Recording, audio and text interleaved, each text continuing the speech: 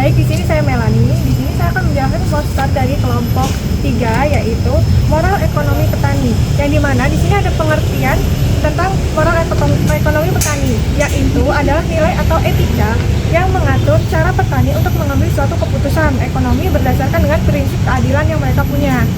Nah, di sini tuh ada tujuan dari moral ekonomi petaninya, yaitu yang pertama untuk menciptakan keadilan dalam hubungan ekonomi. Jadi dia itu memiliki tujuan yaitu untuk menciptakan hubungan ekonomi petani. Terus yang kedua itu melindungi petani dari eksploitasi pasar. Terus memastikan mereka mendapatkan kesejahteraan yang layak agar pertanian dapat berjalan dengan berkelanjutan. Jadi tujuan dari moral ekonomi petani ini yaitu kita itu sebagai petani juga ingin mendapatkan keadilan dari eksploitasi yang telah disebabkan.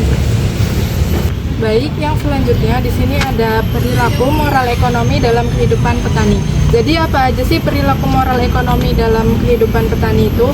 Yang pertama ada arisan tenaga atau ronjengan. Jadi arisan tenaga atau ronjengan itu adalah saling membantu pada masa tanam dan panen. Terus yang kedua ada berbagi benih atau bibit ketika ada petani yang kekurangan modal. Lalu yang ketiga ada penjualan hasil panen dengan harga wajar kepada masyarakat sekitar. Yang keempat ada musyawarah desa untuk menentukan pola tanam bersama dan penggunaan air irigasi. Lalu yang terakhir ada mengurangi risiko bersama seperti gagal panen melalui kerja kelompok tani. Baik, selanjutnya saya akan menjelaskan tentang dampak moral ekonomi petani. Jadi yang pertama itu ada bagi hasil petani lebih adil, yang kedua ada kesejahteraan petani meningkat, yang ketiga ada keberlanjutan pertanian terjaga, yang keempat ada hubungan sosial di desa lebih harmonis, yang kelima ada mengurangi kemiskinan pedesaan. Selanjutnya ada manfaat moral ekonomi petani. Jadi manfaat moral ekonomi petani ini yaitu menciptakan keadilan harga, meningkatkan kesejahteraan petani, serta menjaga keberlanjutan pertanian dan harmoni sosial di pedesaan.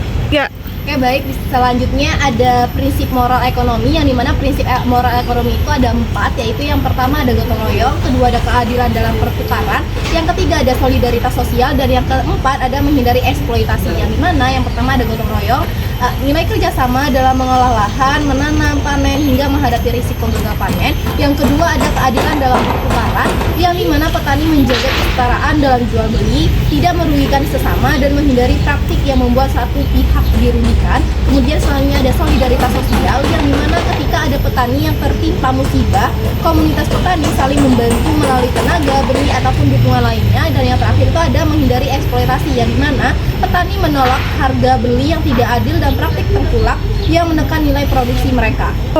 Baik, selanjutnya itu ada pentingnya moral ekonomi petani.